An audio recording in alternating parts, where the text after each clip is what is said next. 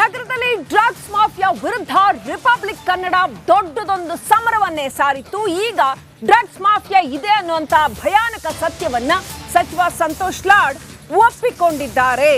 Republic Kannada ಇದರ ವಿರುದ್ಧ ನಿರಂತರ ಸಮರ ಸಾರಿತ್ತು. ಸಚಿವ ಸಂತೋಷ್ ಲಾಡ್ ಈಗ ಗಂಭೀರ ಹೇಳಿಕೆ ಕೊಟ್ಟಿದ್ದಾರೆ. ಧಾರವಾಡಕ್ಕೆ ಆಂಧ್ರದಿಂದ ಡ್ರಗ್ಸ್ ಸಪ್ಲೈ ಆಗತ್ತೆ, ಧಾರವಾಡಕ್ಕೆ ಡ್ರಗ್ಸ್ ಬರೋ ಬಗ್ಗೆ ನಮಗೆ ಮಾಹಿತಿ ಇದೆ ಅಂತ ಧಾರವಾಡದಲ್ಲಿ ಸಂತೋಷ್ ಲಾಡ್ ಗಂಭೀರ ಹೇಳಿಕೆ ಕೊಟ್ಟಿದ್ದಾರೆ. ರಿಪಬ್ಲಿಕ್ ಕನ್ನಡದಲ್ಲಿ ಡ್ರಗ್ಸ್ ಮಾಫಿಯಾ ಬಗ್ಗೆ ವಿಸ್ತೃತವಾದ ವರದಿ ಪ್ರಸಾರ ಮಾಡಿದ್ವಿ. ಡ್ರಗ್ಸ್ ಮಾಫಿಯಾವನ್ನ ರಿಪಬ್ಲಿಕ್ ಕನ್ನಡ ಎಕ್ಸ್ಪೋಸ್ ಮಾಡಿತ್ತು. ಡ್ರಗ್ಸ್ ಬಗ್ಗೆ ಕೇಳ್ತಾ ಇದೆ.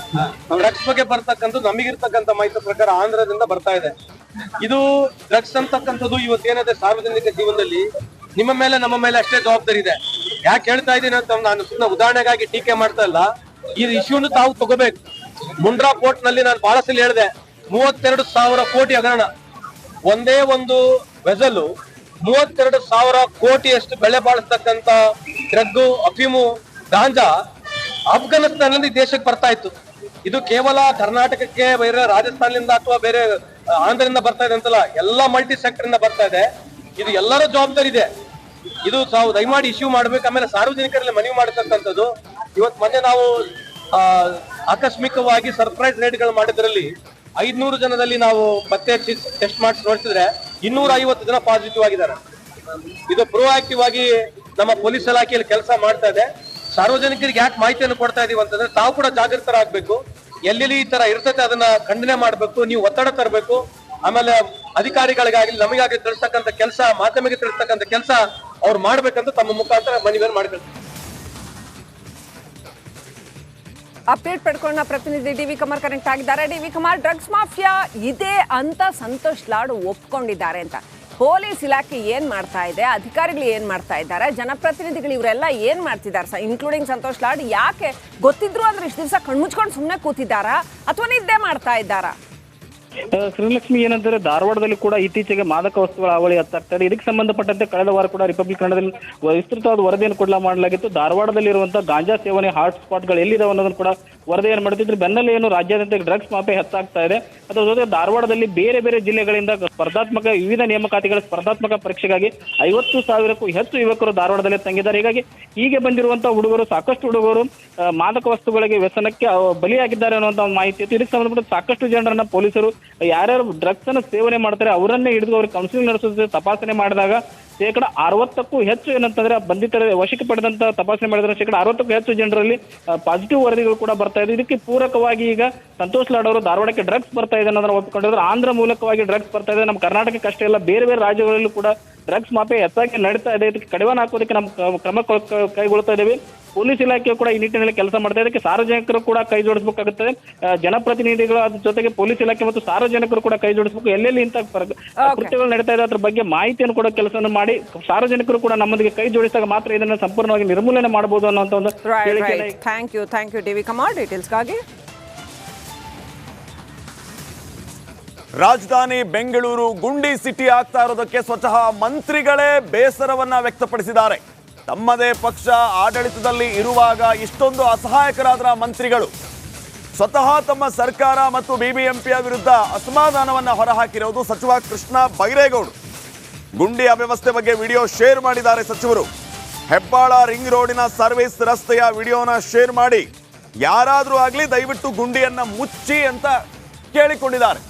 ಯಾರಾದರೂ ಆಗಲಿ ಅಂತ ಯಾರು ಮುಚ್ಚಬೇಕು? ತಮ್ಮದೇ ಸರ್ಕಾರ, ತಮ್ಮವರೇ ಮುಚ್ಚಬೇಕು. ಅದನ್ನು ಬಿಟ್ಟು ಇವರು ಯಾರಿಗೆ ಹೇಳ್ಕೊಂಡಿದ್ದಾರೆ, ಯಾಕೆ ಈ ರೀತಿ ಹೇಳ್ಕೊಂಡಿದ್ದಾರೆ, ಇಷ್ಟೊಂದು ಅಸಹಾಯಕರಾದ ಸಚಿವರು ಅನ್ನೋಂಥ ಪ್ರಶ್ನೆ ಈಗ ಮೂಡ್ತಾ ಇದೆ. ಇಲ್ಲಿ ಬೀಳೋ ನೀರೇ ಸ್ವಲ್ಪ ಮಳೆ ನೀರು ಕಲೆಕ್ಟ್ ಮಾಡಿದ್ರೆ ಅದೇ ನಿಮಗೆ ಸರ್ದು ಬರ್ತದೆ. ನೋಡಿ, ಹೆಬ್ಬಾಳ ರಿಂಗ್ ರೋಡ್ ನಲ್ಲಿ ಸದ್ಯಕ್ಕೆ ಈ ರೀತಿಯ ಪರಿಸ್ಥಿತಿ ಇದೆ ಅನ್ನುವಂತಹ ಮಾತನ್ನ ಏನು ಮಂತ್ರಿಗಳು ಹೇಳಿದ್ದಾರೆ. ಅದೇ ಸ್ಪಾಟ್ ಇಂದ ನಮ್ಮ ಪ್ರತಿನಿಧಿ ವಿಜಯ್ ಈಗ ನೇರ ಸಂಪರ್ಕದಲ್ಲಿ ಜಾಯ್ನ್ ಆಗ್ತಾ ಇದ್ದಾರೆ. ವಿಜಯ್, ಗಮನಿಸ್ತಾ ಇದ್ದೀವಿ, ರಾಜ್ಯ ಸರ್ಕಾರ ಇಷ್ಟೊಂದು ಅಸಹಾಯಕ ಆಯ್ತಾ ಅನ್ನುವಂಥ ಪ್ರಶ್ನೆ ಮೂಡ್ತಾ ಇದೆ. ಸ್ವತಃ ಮಂತ್ರಿಗಳೇ ಈ ರಸ್ತೆಯ ಅವ್ಯವಸ್ಥೆಯ ಬಗ್ಗೆ ಪೋಸ್ಟ್ ಮಾಡ್ತಾರೆ, ಯಾರಾದ್ರೂ ಮುಚ್ಚಿ ದಯವಿಟ್ಟು ಅಂತ ಕೇಳ್ಕೊಳ್ತಾರೆ. ಯಾಕೆ ಇವ್ರೇನ್ ಮಾಡ್ತಾ ಇದ್ದಾರೆ? ಹಾಗಿದ್ರೆ ಇವ್ರು ಮಾಡ್ಬೇಕಲ್ವಾ ಆ ಕೆಲಸನ?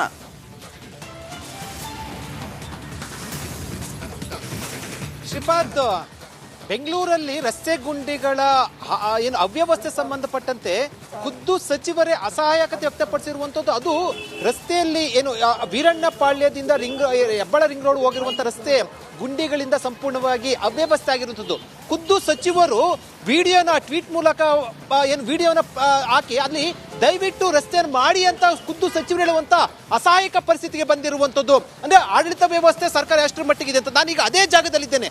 ಯಾವ ಸಚಿವರು ಎಲ್ಲಿ ಆ ರಸ್ತೆಯನ್ನು ಟ್ವೀಟ್ ಮಾಡಿದ್ದಾರೆ ರಸ್ತೆ ಅವ್ಯವಸ್ಥೆ ಬಗ್ಗೆ ಅದೇ ಜಾಗದಲ್ಲಿದ್ದೇನೆ. ಇದು ಸಚಿವರು ಟ್ವೀಟ್ ಮಾಡಿರುವಂತ ರಸ್ತೆ ಅಂದ್ರೆ ಸಂಪೂರ್ಣವಾಗಿ ಹಳ್ಳಗಳು ಬಿದ್ದಿರುವಂಥದ್ದು, ನಿಧಾನಗತಿಯಲ್ಲಿ ಸಾಗ್ತಾ ಇರುವಂಥದ್ದು ಮತ್ತು ಸಂಪೂರ್ಣವಾಗಿ ಜಲ್ಲಿಕಲ್ಲಿಂದ ತುಂಬಿರುವಂಥದ್ದು. ಅಂದ್ರೆ ಅಷ್ಟರ ಮಟ್ಟಿಗೆ ಅವ್ಯವಸ್ಥೆ ಆಗಿರುವಂತಹ ಜಾಗ. ಎಕ್ಸಾಕ್ಟ್ ಆಗಿ ನಾವು ಸಚಿವರು ಟ್ವೀಟ್ ಮಾಡಿರುವಂತಹ ರಸ್ತೆ ಏನು ಅವ್ಯವಸ್ಥೆ ಅಂತ ತೋರಿಸಿದ್ದಾರೆ ಆ ಜಾಗದಲ್ಲಿ ನಾವು ಇರುವಂಥದ್ದು.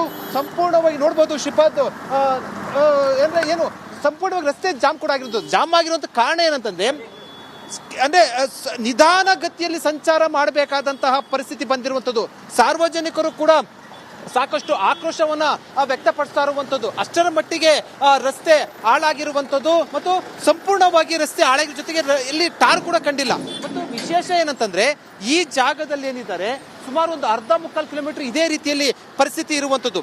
ಜೊತೆಗೆ ಈ ಜಾಗ ಏನಿದೆ ಅಂದ್ರೆ ಇದು ಕೃಷ್ಣ ಬೈರೇಗೌಡ ಅವರ ಶಾಸಕರ ಆಗಿರುವಂತಹ ಕ್ಷೇತ್ರದ ವ್ಯಾಪ್ತಿಗೆ ಬರುವಂತಹ ಜಾಗ. ಬಿಬಿಎಂಪಿ ಕಮಿಷನರ್ಗೆ ಟ್ವೀಟ್ ಅನ್ನ ಮಾಡಿ ದಯವಿಟ್ಟು ಸರಿಪಡಿಸಿ ಅಂತ ಹೇಳುವ ಮಟ್ಟಿಗೆ ಅಂಗಲಾಚುವಂತ ಪರಿಸ್ಥಿತಿಗೆ ಬಂದಿರುವಂಥದ್ದು. ಸಾರ್ವಜನಿಕರು ಪ್ರತಿಪಕ್ಷಗಳು ಕೇಳುವಂತಹ ರೀತಿಯಲ್ಲಿ ಇವ್ರು ಕೇಳ್ತಾ ಇದ್ದಾರೆ ಅಂತಂದ್ರೆ ಖುದ್ದು ಸಚಿವರೇ ಏನು ಅಂಗಲಾಚುವಂತ ಪರಿಸ್ಥಿತಿಗೆ ದಯವಿಟ್ಟು ಸರಿಪಡಿಸಿ ಅಂತ ಮಟ್ಟಿಗೆ ಬಂದಿದೆ ಅಂದ್ರೆ ಇನ್ನು ಸಾಮಾನ್ಯ ಜನರ ಪರಿಸ್ಥಿತಿ ಏನಾಗಬೇಕು. ಜೊತೆಗೆ ಈ ರಸ್ತೆಯಲ್ಲಿ ಇಷ್ಟ ಅವ್ಯವಸ್ಥೆ ಆಗಿದೆ ಅಂದ್ರೆ ಇಲ್ಲಿವರೆಗೂ ಕೂಡ ಏನು ಅಧಿಕಾರಿಗಳು ಕಣ್ಮುಚ್ಕೊಳ್ತಿದ್ದಾರಾ, ಆಡಳಿತ ವ್ಯವಸ್ಥೆ ಎಷ್ಟರ ಮಟ್ಟಿಗೆ ಇದೆ ಅನ್ನೋದು ಕೂಡ ಪ್ರಶ್ನೆ ಉದ್ಭವ ಆಗುವಂಥದ್ದು ನಾವು ನೋಡ್ತೀವಿ, ನಾವು ಕೇಳ್ತೀವಿ. ಸರ್, ಈಗ ಈ ರಸ್ತೆ ಸಂಬಂಧಪಟ್ಟಂತೆ ಹಾಳಾಗಿರುವಂಥದ್ದು ಖುದ್ದು ಸಚಿವರೇ ಕೂಡ ಈ ಸೈಡಿಗೆ ಬನ್ನಿ, ಖುದ್ದು ಸಚಿವರೇ ಅಸಹಾಯಕತೆ ವ್ಯಕ್ತಪಡಿಸ್ತಾರೆ ಸರಿಪಡಿಸತ್ತೆ. ಹೆಂಗಿದೆ ರಸ್ತೆ, ಏನಿದೆ ನಿಧಾನ ಬರ್ತಾ ಇದೀರಲ್ಲ? ತುಂಬಾ ವರ್ಷ ಆಗ್ಬಿಟ್ಟಿದೆ. ನಾವು ಬೈಕೊಂಡೇ ಬರ್ತಾ ಇದ್ವಿ, ಸುಮ್ಮನೆ ಉಚಿತ ಕೊಡ್ತಾ ಇದ್ದಾರೆ. ನಾವು ಆಕ್ಚುಲಿ ಕಾಂಗ್ರೆಸ್ ಸಪೋರ್ಟರ್ಸೇ, ಬಟ್ ಆದ್ರೂ ನಮಗೆ ಬೇಜಾರಾಗ್ಬಿಟ್ಟಿದೆ. ಎಲ್ಲೋದ್ರೂ ರೋಡ್ ಇದೇ ತರ ಇದೆ ಸರ್, ಡೆವಲಪ್ಮೆಂಟ್ ಆಗ್ತಾ ಇಲ್ಲ. ಕಾಂಗ್ರೆಸ್ ಸಪೋರ್ಟರ್ಸ್ ಆಗಿ ನಿಮ್ಗೆ ಇಷ್ಟೊಂದು ಅಸಮಾಧಾನ ಇದೆ, ನಮಗೆ ಬೇಜಾರಿದೆ. ಬರ್ಬೇಕಾದ್ರೆ ಜೀವ ಕೈಲಿ ಇಟ್ಕೊಂಡು ಬರ್ಬೇಕು. ಮಳೆಗಾಲದಂತೂ ಪರಿಸ್ಥಿತಿ ಕೆಟ್ಟೋಗುತ್ತೆ, ಧೂಳು, ಲಂಗ್ಸ್ ಪ್ರಾಬ್ಲಮ್ ಆಗುತ್ತೆ, ತುಂಬಾ ಪ್ರಾಬ್ಲಮ್ ಆಗ್ತಿದೆ ಸರ್. ಹೇಳ್ತೀವಿ ಸರ್, ನೀವು ಗಾಡಿ ಓಡಿಸ್ತಾ ಇದ್ರೆ ಇದ್ದೀರಲ್ಲ ಸರ್, ನೀವೇ ಎಷ್ಟು ಇದೆ ಹಿಂಸೆ ಆಗ್ತಾ ಇದೆ ಅನ್ನೋದು ನೋಡಿ ನೀವೇ.